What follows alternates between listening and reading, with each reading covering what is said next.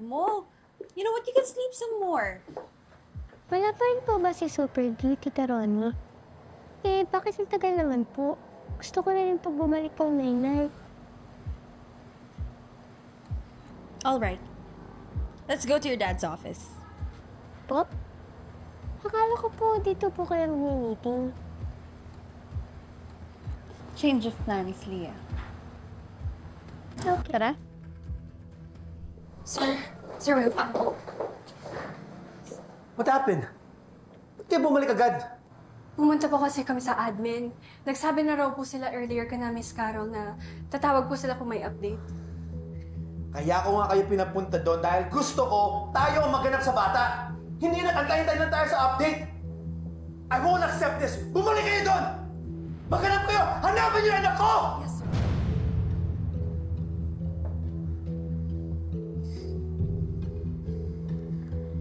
Fine.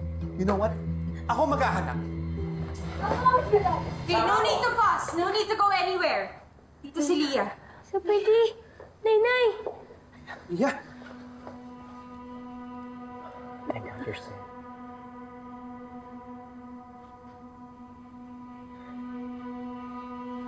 Thank you.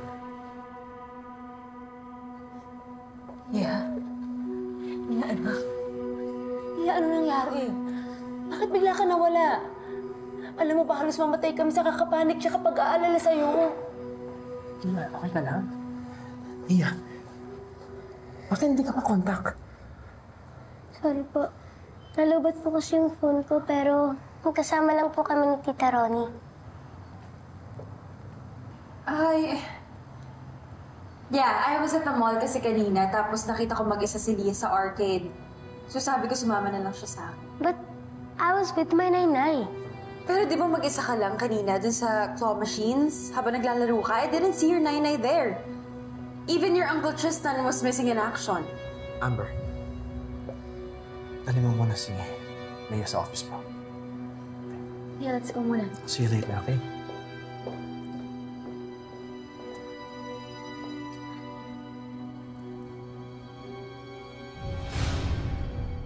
Iniwan mo mag-isa yung bata?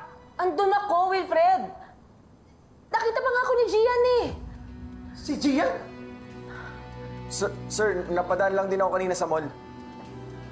Balik din ako kagad pagkatapos ko mag-CR. Tapos nakita ko nga si ate kasama si Gian. Teka, baka naman nagsabuatan pa kayo?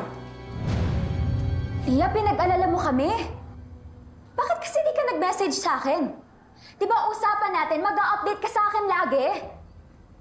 Nag-arcade lang naman po kami ni Nainay kasama si Uncle Tristan, ate. Pero bigla kang nawala. Ano po?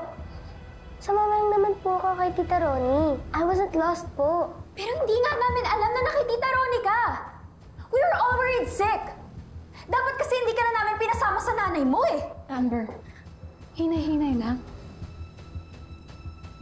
Sorry, ate. Wait, what? What are you saying? What the heck?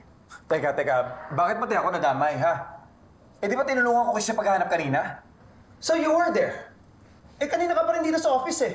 Bakit hindi mo sinabi na nawawala yung anak ko? Wilfred, kasalanan ko. Ako yung nagsabi kay Gian na wag mo na sabihin sa'yo. Pero patunay lang na nandun talaga ako. Hindi ko iniwan si Leah. Pero I didn't see you guys there. Alam mo, I was gonna call you nga sana eh. Kasi nagtataka ako kung bakit iniwan mo mag-isa yung bata. Pero biglang nalobat yung phone ni Leah. Hindi ko magagawang iwan ang anak ko. Huwag kang magsinungaling. Ronnie, you should have called or messaged me para dito mo dinala si Leah. Ginawa ko rin yun, pero busy yung line mo. So dapat isa-surprise ka na lang namin, pero biglang nagutom yung bata, so dinala ko sa bahay para pakainin. And then after that, nakaidlip siya.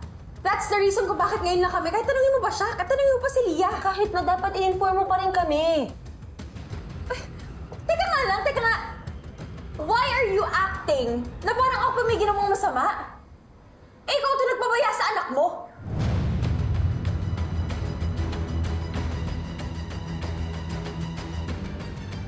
Can't you see? Ako na nga itong tumutulong. Ako na nga itong nagmamagandang loob, tapos ako pa yung palalabasin mong masama? Imagine, what if hindi ko nakita si Leah? Baka ano na nangyari doon sa bata? She could have been lost or baka nakuha na siya ng child traffickers. Kung talagang concerned ka kay Leah, sana binalik mo siya sa akin. Andun lang ako. Kesa yung magsusurprise ka, habang kami dito mamamatay na sa pag-aalala. Alam mo, Carol, you don't have to worry anymore. Okay? Safe na si Leah. Nandito na siya. Alam mo yung dapat mong alalahanin? Ha? Alalahanin mo yung pagiging ina mo sa kanya. Because look at you. You don't look the part of being a good and loving mother. Kasi mukha kang pabaya. Hindi ko pinabayaan ang anak ko. Really? Now? Alam mo, tignan mo talaga itong babaeng to. Alam mo, Carol, dahil sa kapabayaan mo, munti ka nang mawala si Leah, nandamay ka pa ng maraming tao. Sabagay, what else can we expect from an ex-convict like you? Just like before, wala ka pa rin accountability. Kung dati nga hindi mo inamin mga crimes mo, tapos nagbago ka pa ng pangalan, di ba? Gumamit ka pa ng Lorena Herrera. Ganun pa rin yung ginagawa mo hanggang ngayon. Hindi ka pa rin marunong umamin. Hindi mo maamin-amin sa sarili mo na wala kang kwentang ina! Sorry, ate. Sumama lang naman po ako kay Tita Ronnie dahil sabi nila pupuntahan daw po namin si Super D. Pero dapat nga, hindi ka nga sumasama kung kani-kanino. Kahit sa kakilala mo pa yan, kahit kay Tita Ronnie pa yan. Dapat alam mo na yun eh. Dapat nagsabi ka muna sa kasama mo. Common sense na lang yun, Leah. Sorry, ate. Amber, kawawa naman yung kapatid mo. Oh! Ano ka ngayon? Natahimik ka? Kanina ang yabang-yabang mo. Ang tapang mo pang palabasin na ako pa yung mukhang masama. Ronnie, stop! You're not helping anymore. Huwag niyo naman uhusahan ng bastasin yung ate ko. Tapos ka na? Kung plano mong pahiyain ako, sorry. Masyado na ako maraming napagdaanan sa buhay para maapektuhan pa sa isang tulad mo. Isa pa, wala kang karapatan na husgahan ako dahil never kang naging ina. You know what? Carol, I think it's best na umalis ka na. Total, nahanap na natin si Leah. Pinapalayas niyo ho ba yung ate ko? Isn't it obvious? Walang lugar ang ate mo sa isang honorable and respected company like Pearl Vault. Hindi niyo ako kailangan paalisin dahil lalabas naman ako. Pero isasama ko ang anak ko. Wilfred, narinig mo ba yung sinabi ng babaeng yan? Ha? Don't tell me papayag ka after what happened. Hindi na dapat makalapit yung babaeng yan kay Leah.